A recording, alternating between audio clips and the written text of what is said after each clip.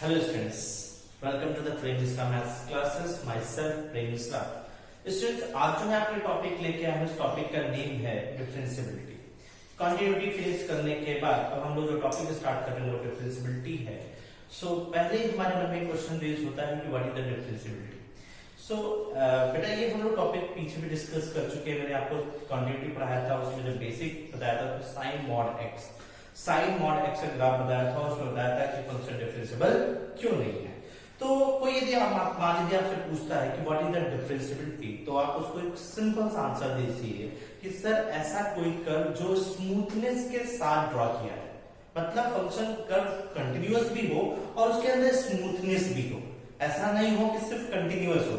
जैसे आप इस कर्व को देख रहे हैं, कंटिन्यू क्या है, स्मूथनेस के साथ जा रहा है, बट चिल्ड्रन कोई ऐसा कर्व आ गया तो ये स्मूथनेस नहीं है, फंक्शन कंटिन्यूअस तो है, आया और फिर यूं मुड़ गया, तो ये जो हमारे यहाँ गया ये शार्प हो रहा। तो आपको एक सिंपल सी लैंग्वेज में आप बोलोगे कि सर ऐसा कोई कर्व जो स्मूथनेस के साथ जा रहा हो इंक्लूडिंग कंटिन्यूअस। कंटिन्यूअस होना उसका जरूरी है, कर्व ब्रेक नहीं होना चाहिए, कंटिन्यूअस के साथ साथ वो स्मूथनेस के साथ जा रहा।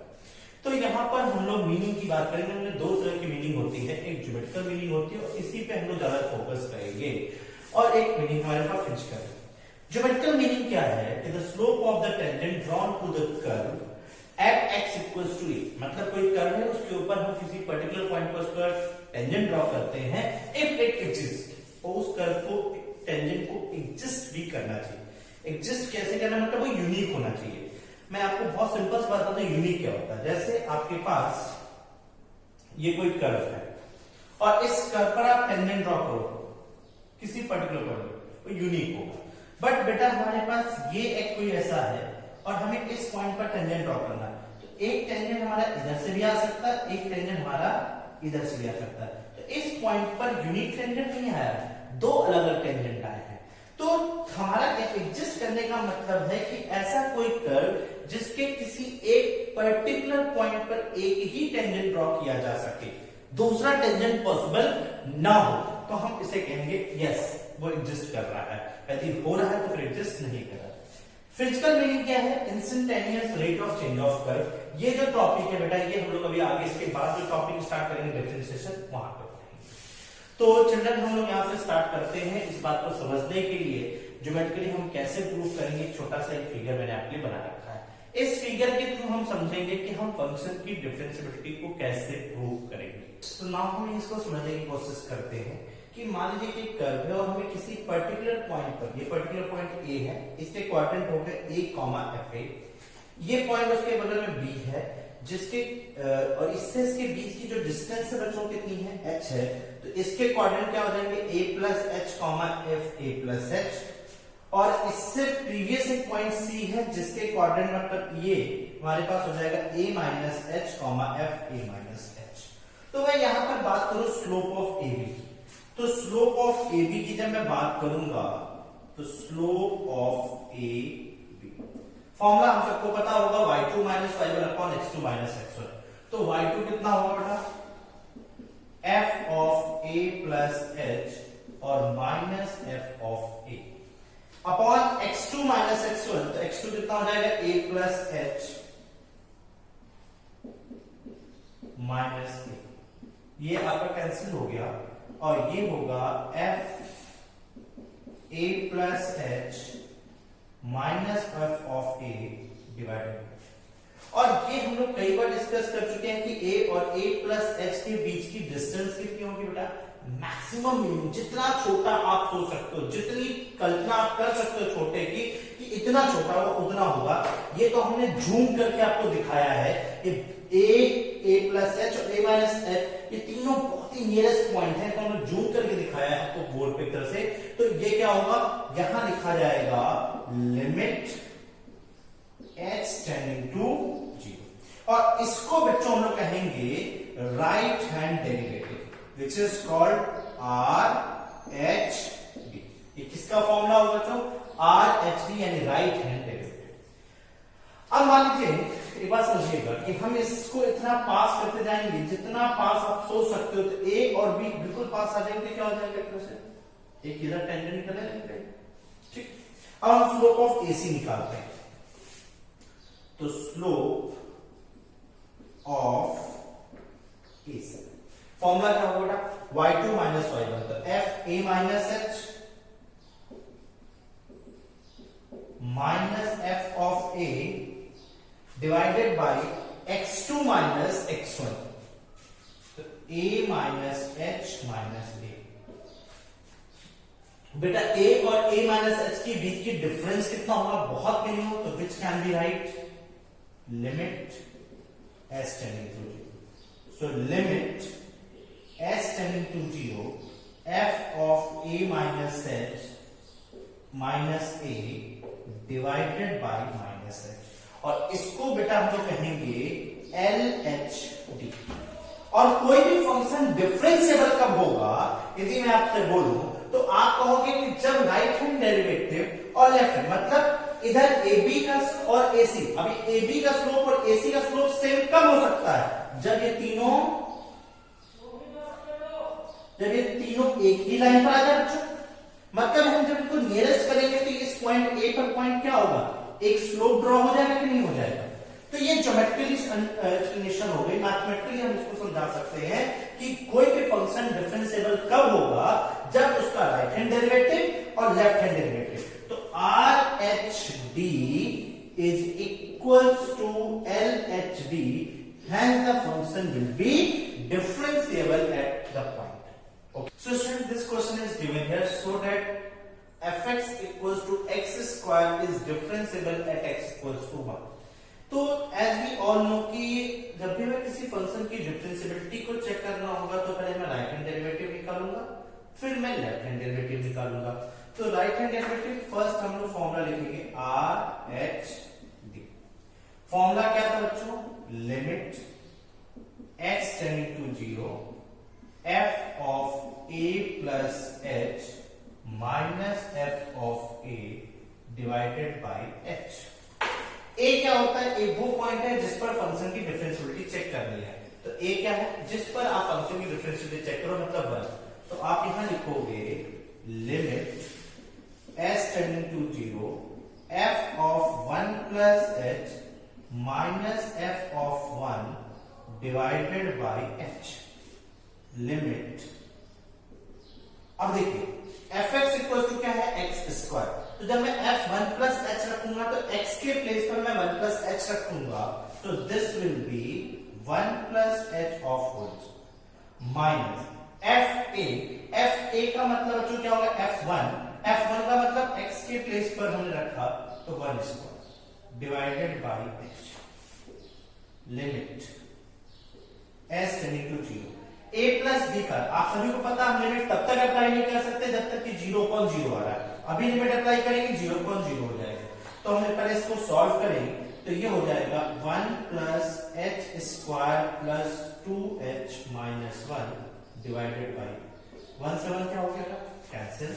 This is limit s tending to 0। अब आप h कॉमन निकालिए, h plus 2 divided by h से आपका h क्या हो गया, कैंसिल। अब आप लिमिट अप्लाई करोगे, so this will B 0 plus 2, answer का कितना हो गया।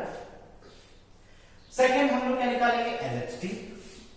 सो लेफ्ट हैंड डेरिवेटिव फॉर्मूला क्या रहेगा, limit s tending to 0 f of a minus h f of a divided by minus. Okay, ये फॉर्मूला हम लोगों ने डिस्कस किया। सो a के प्लेस पर क्या होगा, 1 f of 1 minus h f of 1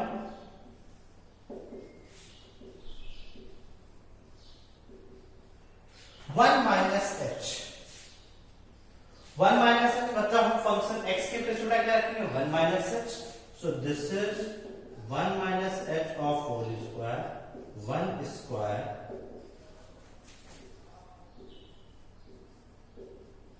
1 plus h square minus 2h minus 1 divided by 1 से 1 आपका क्या हो गया, cancel. Limit x tending to 0। बेटा इससे h कॉमन आ गया,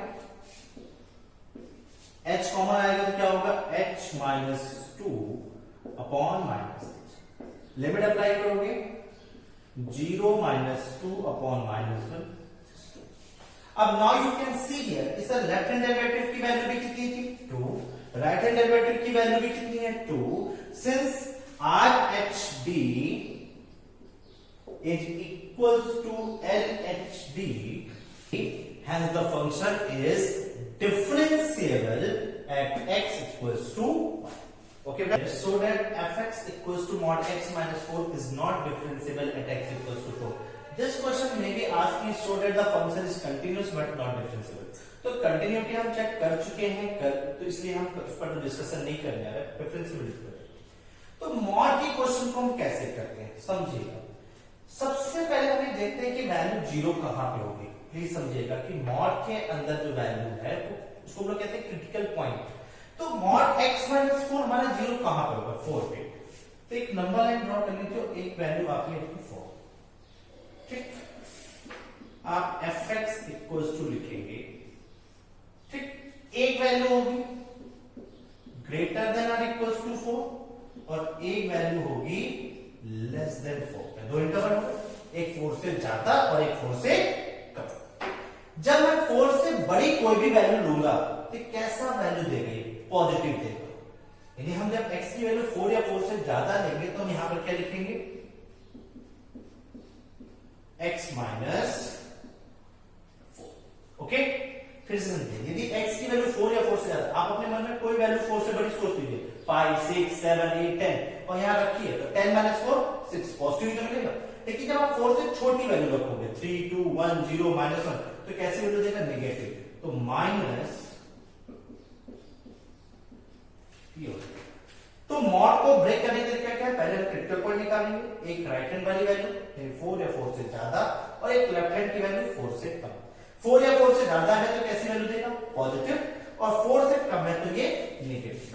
अब करने का तरीका बेटा क्या होगा, वही तरीका है, हमारी हेडिंग होगी RHD लिमिट। बार बार मैं ए नहीं लिखूंगा, अब मैं डायरेक्ट फॉर्म लिखूंगा f4 + h f of 4 divided by h limit s tending to 0। 4 plus वो वैल्यू जो 4 से ज्यादा है, कौन x - 4, 4 से ज्यादा के लिए x - 4, तो 4 + h - 4। f4 मतलब वो वैल्यू जो 4 के इक्वल है, तो कौन इक्वल है x - 4, तो x के प्लेस पर 4 - 4 डिवाइडेड बाई 4 से 4 बेटा क्या हो गया cancel. Limit h tending to 0, यहां पे क्या बचा h, यहां क्या हो गया 0 अपॉन h, वैल्यू कितनी बची है बच्चों। ओके, अब सेकेंड हेडिंग बेटा हमारी क्या होगी LHD limit s tending to 0 f of 4 - h minus f of 4 divided by -h। 4 minus यानी the value which is less than 4, second one। So limit s tending to 0 minus x के place पर 4 minus h, तो 4 minus h minus 4 और f4 का मतलब बच्चों क्या हो गया, यदि मैं f4 की बात करूं तो f4 पे जब आप वैल्यू निकालोगे तो f4 पे वैल्यू कितनी मिलेगी डिवाइडेड बाई -h। देखिए ये 4 से आपका 4 क्या हो गया cancel, limit s tending minus into minus h,